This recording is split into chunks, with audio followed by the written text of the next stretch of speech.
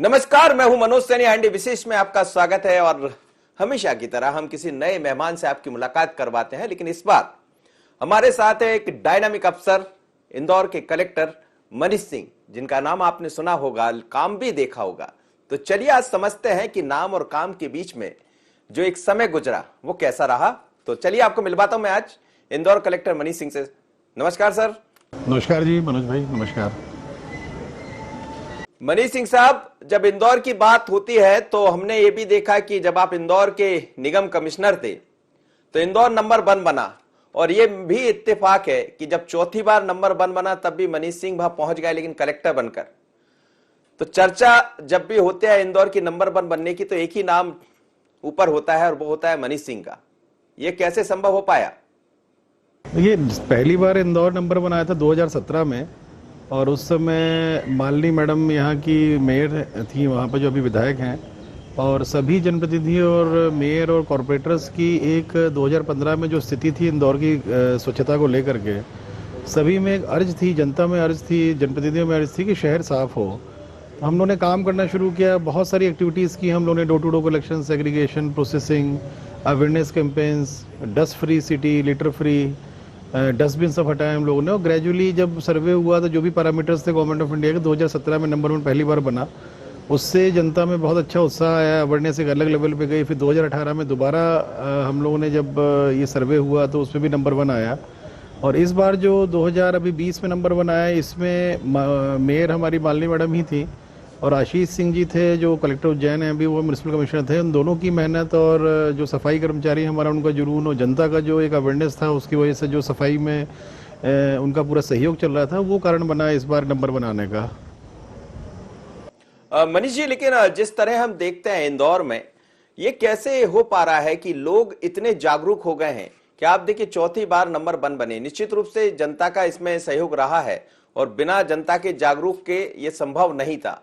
लेकिन बाकी शहरों की अपेक्षा जब इंदौर से बात होती है तो यहाँ के लोग इतने जागरूक हो गए, उसको कर पाने में किस तरह मेहनत आपको करना पड़ी होगी? क्योंकि अब तो ये हो गया कि हर व्यक्ति इंदौर का ये चाहता है कि हम नंबर 1 है और नंबर 1 बने रहें।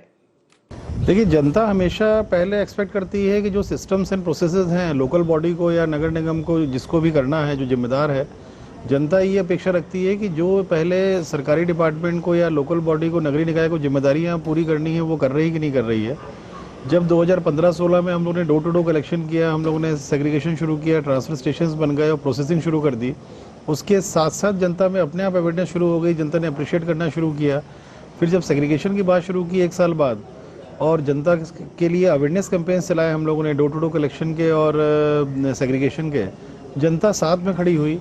जनता ने बहुत सारे कार्यक्रम कराए, एक फैशन सा बन गया था उस समय इंदौर में। अगर आप उस समय की स्थिति देखें 16-17 की, कि स्वच्छता को लेके या जो शान के गाने हम लोगों ने बनवाए थे, उस गाने के आधार पे कार्यक्रम होने लग गए थे और जनता को एक जुनून सा हो गया था कि हम सेग्रीगेशन करें, हम डोर टू डोर कलेक्शन में सहयोग दें, हम गाड़ियों में डस्टबिन रखें, प्लास्टिक का उपयोग ना करें। इस तरह का माहौल एक बन गया था और जनता के जो सामाजिक कार्यक्रम थे उसमें भी शान का गाना, सफाई का चलने लग गया था। तो उस प्रकार का एक जुनून क्रिएट हो गया था अवेयरनेस कैंपेन के माध्यम से।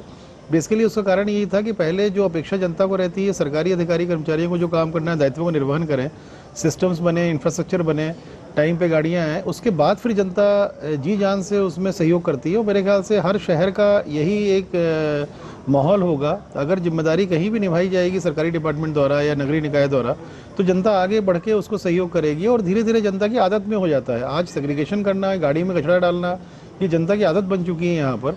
और ये सबसे महत्वपूर्ण है, जो नंबर 1 बार बार इंदौर आ रहा है, उसमें सेग्रीगेशन का बहुत बड़ा रोल है। क्योंकि सेग्रीगेशन जब होता है तभी प्रोसेसिंग होती है। प्रोसेसिंग जब तक नहीं हो सकती जब तक सेग्रीगेशन नहीं हो। तो जनता ने जो सेग्रीगेशन में अवेयरनेस दिखाई और वो आदत बन गई जनता की, उसके कारण ही हर बार मार्क्स इंदौर को प्रॉपर मिलते हैं और उसके कारण ही नंबर 1 लगातार आ रहा है। मुख्य जो मैं कारण बतलाऊंगा आने का, वो बेसिकली सेग्रीगेशन इशू है, जिसमें जनता का पूरा सहयोग है। जनता में एक आदत बन चुकी है सेग्रीगेशन की। जी, लेकिन मनीष सिंह जहां भी रहते हैं नंबर 1 बन ही जाते हैं। लेकिन अभी आपके सामने दोहरी चुनौतियां हैं। एक तो वो कि नंबर 1 इंदौर हुआ और लोग, मुझे लगता है पूरी दुनिया इंदौर को एक अलग नजर से देखने लगी।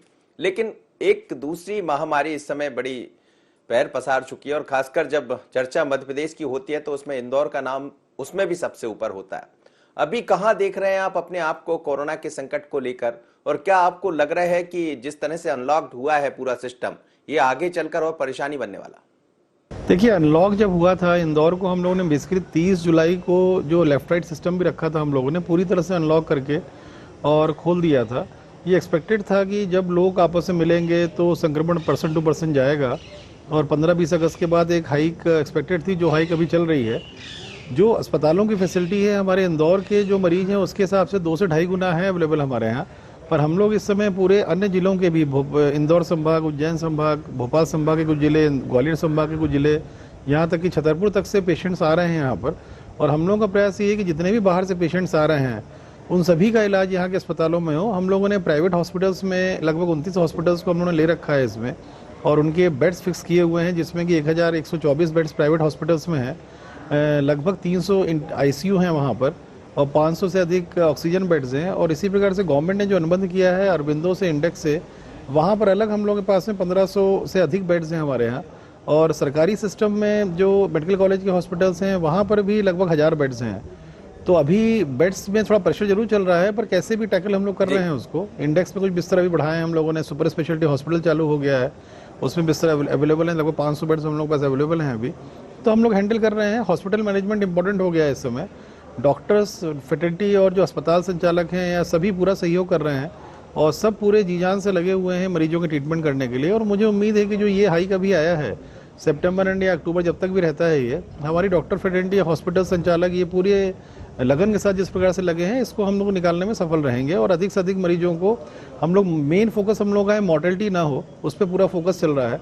और अगर बेड्स टाइम पे लोगों को मिल जाते हैं, टाइमली डिटेक्शन हो जाता है, तो उसमें मॉर्टेलिटी कंट्रोल करने में हम लोगों को सफलता ही मिल रही है। और उसी में पूरे हॉस्पिटल मैनेजमेंट में सभी लोग लगे हुए हैं, और पूरा डॉक्टर फैकल्टी, मेडिकल जो पूरा सेटअप है वो भी इस समय ट्यून्ड अप है कोरोना के मरीजों को, कोविड के मरीजों को ट्रीट करने के लिए। और सुचारू रूप से व्यवस्था चल रही है। जरूर है थोड़ा बिस्तरों की एक मारामारी या तो थोड़ा कमी कई बार फील होती है, पर फिर भी मैनेज हो रहा है। हम लोग बेड्स की कैपेसिटी बढ़ा रहे हैं, कहीं गवर्नमेंट सेटअप में बढ़ रहे हैं, तो चीज़ें मैनेज हो रही हैं इस समय। लेकिन इंदौर में एक और बात कही जाती कि इंदौर के लोग बड़े शौकीन हैं, और वो इंदौर की एक परंपरा, इंदौर की एक संस्कृति बहुत अलग है। लोग घरों में रहना नहीं चाहते, जैसे ही मौका मिलता है वो बाहर निकलने लगते हैं। तो आने वाले दिनों में जिस तरह से हम देख रहे हैं, लगातार जो वहां से विजुअल्स आ रहे हैं, हालांकि आप लोग का प्रयास है, लेकिन ये जो लोगों का घरों से बाहर निकलना, आपने भी कहा कि हम उस पर ध्यान दे रहे हैं, तो क्या इन लोगों को आप समझा पाएंगे? क्योंकि लोग खुद मानकर चलते हैं कि अब बहुत घर में रह लिए, अब बाहर आने का आप लोग ने मौका दे दिया है, तो ये आगे चलकर एक और चैलेंज नहीं दिखाई दे रहा है आपको? ये बात आपने बिल्कुल सही बोली कि एक खुश मिजाजी लोग हैं यहाँ के, और मिलना जुलना, सोशलाइजेशन इसमें काफ़ी एक जीवन शहर टाइप का है ये। और हम लोग प्रयास कर रहे हैं, हम लोग अवेयर भी कर रहे हैं कि कम से कम आप भीड़ वाले इलाकों में जाएं, होटल्स में या फूड जॉइंट्स में सेफली जाएं। अगर अवॉइड कर सकते हैं तो अवॉइड करें उसको, और लोग कर भी रहे हैं। और अब जो बाजार एसोसिएशन है वो भी सामने आ रहे हैं। जैसे 56 दुकान ने पिछले संडे वहाँ काफ़ी रश हो गया था, तो 56 दुकान के जो एसोसिएशन है और आसपास के जितने भी वहाँ पर फूड जॉइंट्स हैं, सबने मिलकर कल एक निर्णय लिया है कि सैटरडे को हम लोग 6 बजे दुकानें बंद कर देंगे और संडे को 5 बजे बंद कर देंगे, ताकि शाम को जो पिछले संडे भीड़ हुई थी उसी कारण जो संक्रमण फैला होगा आपस में, जहाँ भीड़ जो आई थी उसमें कई लोग बिना मास्क के भी थे, तो वो ना हो। और साथ साथ हम लोगों ने स्पॉट फाइन को भी एक्टिवेट कर दिया है। जो भी शहर में बिना मास्क के या मास्क का गलत यूज़ करते हुए वायलेशन कर रहे हैं, उनमें भी स्पॉट फाइन शुरू हो गया है। धीरे धीरे उसको गियर अप करेंगे, सख्ती करेंगे। तो स्पॉट फाइन भी जो मास्क में चल रहा है उससे भी अब धीरे धीरे जो कुछ 10-20% लोग बिना मास्क दिखने लग गए थे शहर में, वो संख्या भी एक आध वीक में कवर हो जाएगी, सभी लोग मास्क पहनने लग जाएंगे। और जो मध्य क्षेत्र, जो सबसे कंजस्टेड क्षेत्र है हमारा, वहाँ भी काफ़ी व्यापारी, उनके परिवारों में संक्रमण फैला है। उन लोगों ने भी निर्णय लिया है, अलग अलग एसोसिएशन अलग अलग निर्णय ले रहे हैं। कुछ लोग 11 से 6 का ले रहे हैं, कुछ लोग अभी चर्चा कर रहे हैं कि वीकेंड में किस प्रकार से दुकानों को बंद किया जाए, कुछ लोग चर्चा कर रहे हैं कि लेफ्ट राइट फिर से कर दिया जाए। तो वहाँ के बाजार एसोसिएशन से भी चर्चा चल रही है। हम लोग उन्हीं को मोटिवेट कर रहे हैं हम लोग कि एक ऐसी व्यवस्था करें जिसमें कि भीड़ बहुत ना रहे, क्योंकि मध्य क्षेत्र में सड़कें सकरी हैं, और वहाँ पर जब दोनों साइड दुकानें खुलती हैं तो काफ़ी कंजेशन होता है, और उसमें कहीं ना कहीं अब ग्राहक भी जाने में डर रहे हैं वहाँ पर, तो उनका व्यापार ही प्रभावित हो रहा है।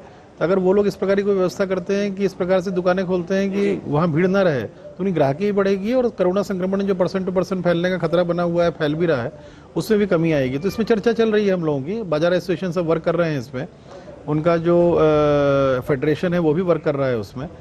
तो उम्मीद है कि कुछ बाजार एसोसिएशन ने कर दिया, कुछ आने वाले दिनों में करेंगे। तो जितने भी संक्रमण के क्षेत्र हैं जहाँ भीड़ होती है, इन सबको डीकंजेस्ट करने के लिए हम लोग मोटिवेट कर रहे हैं लोगों को। पहले स्पॉट फाइन कार्रवाई भी मास्क की स्ट्रिक्टली एनफोर्स करना शुरू कर दिया है।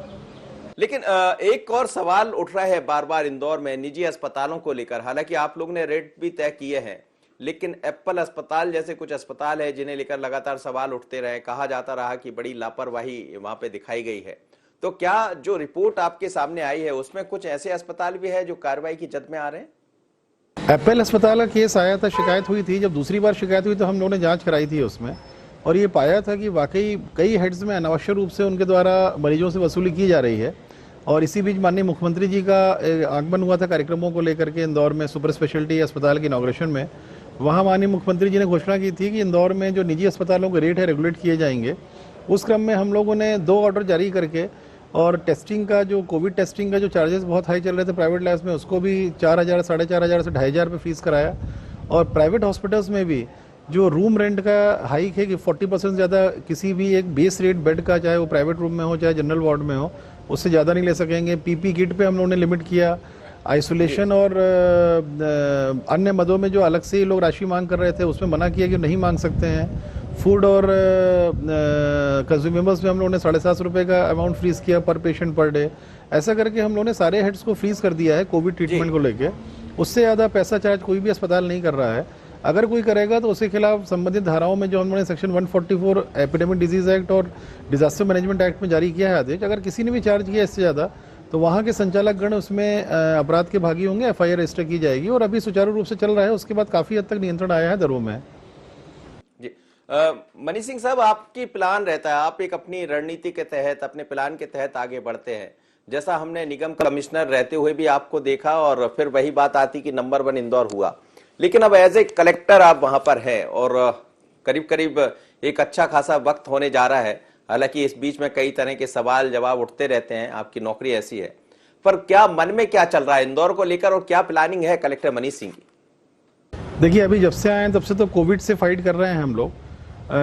पर इंदौर एक एम्प्लॉयमेंट जनरेशन के लिए बहुत अच्छा एक बड़ा हब भी है। पीथमपुर है, देवास में इंडस्ट्रीज़ हैं, उज्जैन तरफ इंडस्ट्रीज़ हैं, और पीथमपुर में एम्प्लॉयमेंट जनरेशन के बहुत सारे एवेन्यूज़ हैं।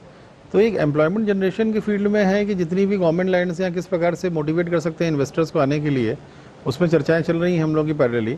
और कुछ जो मास्टर प्लान रोड्स वगैरह हैं जो एक प्रॉपर डेवलपमेंट के लिए इंपॉर्टेंट होती हैं, सर्कुलेशन के लिए, उन मास्टर प्लान रोड्स का डेवलपमेंट है जो बहुत इंपॉर्टेंट रहता है।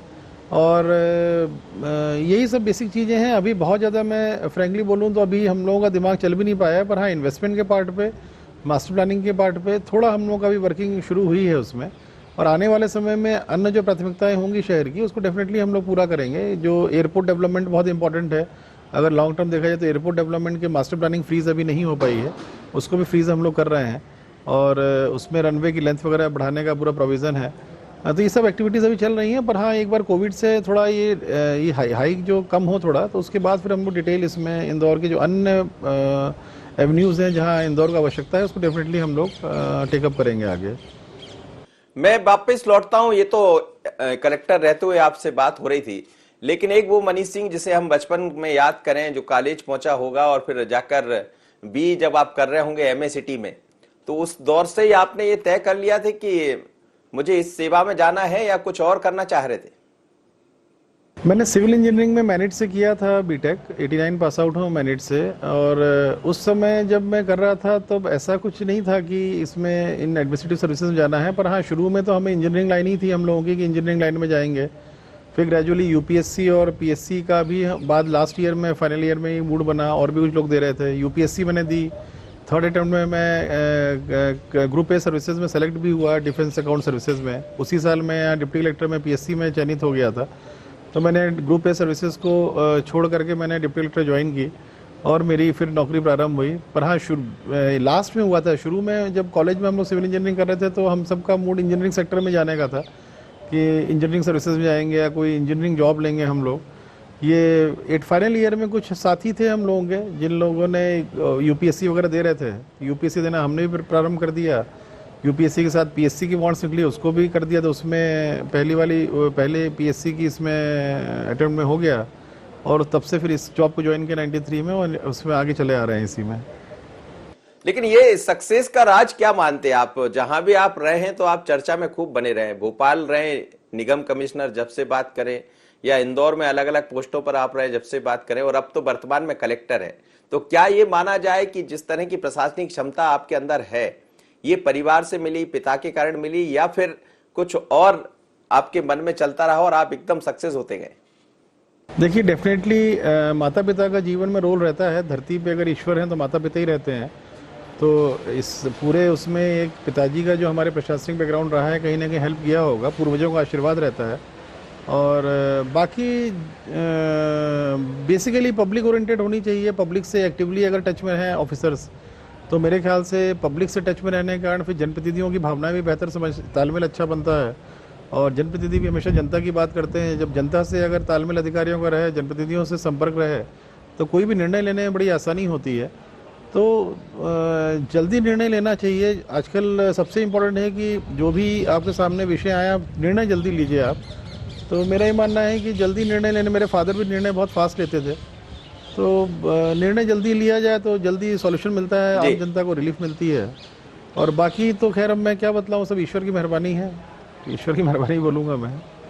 तो ये जो आपका जो कॉलेज टाइम रहा होगा, जब आप बी कर रहे थे, उस दौर से शरारती रहे होंगे आप? क्योंकि यहाँ भी शरारत तो देखने को मिलती है। बात शरारत दो तरह की होती है। एक वो होती है कि आप सीधे तौर पर बच्चों जब रहते हैं स्कूल कॉलेजेस में, तो वो अलग एक तरह का रहता है। लेकिन क्या उसका असर भी अपनी जिंदगी में दिखाई देता है? क्योंकि आप कभी हार नहीं मानते, और ये हार नहीं मानने के पीछे कारण वो कॉलेज की पढ़ाई है, या कुछ जो शरारतपन रहा होगा, कोई ऐसा कुछ वाक्या भी याद आ रहा होता है, उसका भी हमें सहयोग करिए, शेयर करिएगा हमसे। देखिए, मैनिट में उस समय ईयरली सिस्टम रहा करता था। हम लोग दिसंबर तक हम लोग कल्चरल एक्टिविटीज़ होती थी या कहीं की ट्रिप्स बनती थी, बाहर की ऑफिशियल ट्रिप्स रहती थी, तो दिसंबर तक जनरली पढ़ाई हम लोग कम करते थे। क्लासेस सभी अटेंड करते थे हम लोग, क्लासेस कभी मिस नहीं करते थे, और सभी जो एक्टिविटीज़ रहती थी उसमें शामिल भी रहते थे। बाहर की जो ऑफिशियल ट्रिप्स होती थी उसको भी ज्वाइन करते थे, या जो पिकनिक ग्रुप्स रहते थे अलग अलग फैकल्टीज़ के, उसमें भी हम लोग शामिल रहते थे।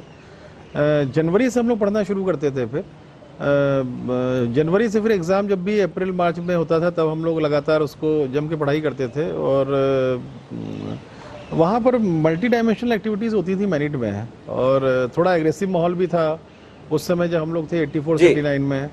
एमएससीटी का थोड़ा माहौल एग्रेसिव था, अलग अलग ग्रुप बने हुए थे, तो एक अलग तरह का वहाँ पर एक माहौल था, जिसमें कि मैं ये मानूंगा कि उस समय के जितने भी हमारे बैचमेट्स निकले हैं, सब अच्छी जगह प्लेस्ड हैं सभी लोग, और सब कंफर्टेबली किसी भी एडवर्स कंडीशन में सर्वाइव भी कर रहे हैं सब लोग, और वेल प्लेस्ड हैं सब लोग। तो मैं मानूंगा इसके लिए, मैं वहाँ की जो शिक्षा है और एक मल्टी डायमेंशनल ट्रेनिंग जो मिली हम लोगों को, उसको भी मैं मानूंगा कि कहीं ना कहीं मैनिट का भी इसमें बड़ा सपोर्ट रहा, जो शिक्षा वहाँ ग्रहण किया, जो मल्टी डायमेंशनल अन्य एक्टिविटीज़ में हम लोग शामिल रहे। आप कॉलेज के अलग अलग ग्रुपों की बात कर रहे हैं, लेकिन इंदौर भी बहुत ग्रुपों में बटा है, और इंदौर की सियासत के बीच में नौकरी करना कुछ अलग होता है, क्योंकि हमेशा कुछ ना कुछ कारणों से जो भी प्रशासनिक अफसर होता है वो चर्चा में आ जाता। तो क्या ये माना जाए कि उन ग्रुपों में रहते हुए, कॉलेज के जो ग्रुप थे आपके, वहां रहते हुए यहाँ भी अलग अलग ग्रुपों में एक कर देना, ये वहीं से कला मिल गई आपको?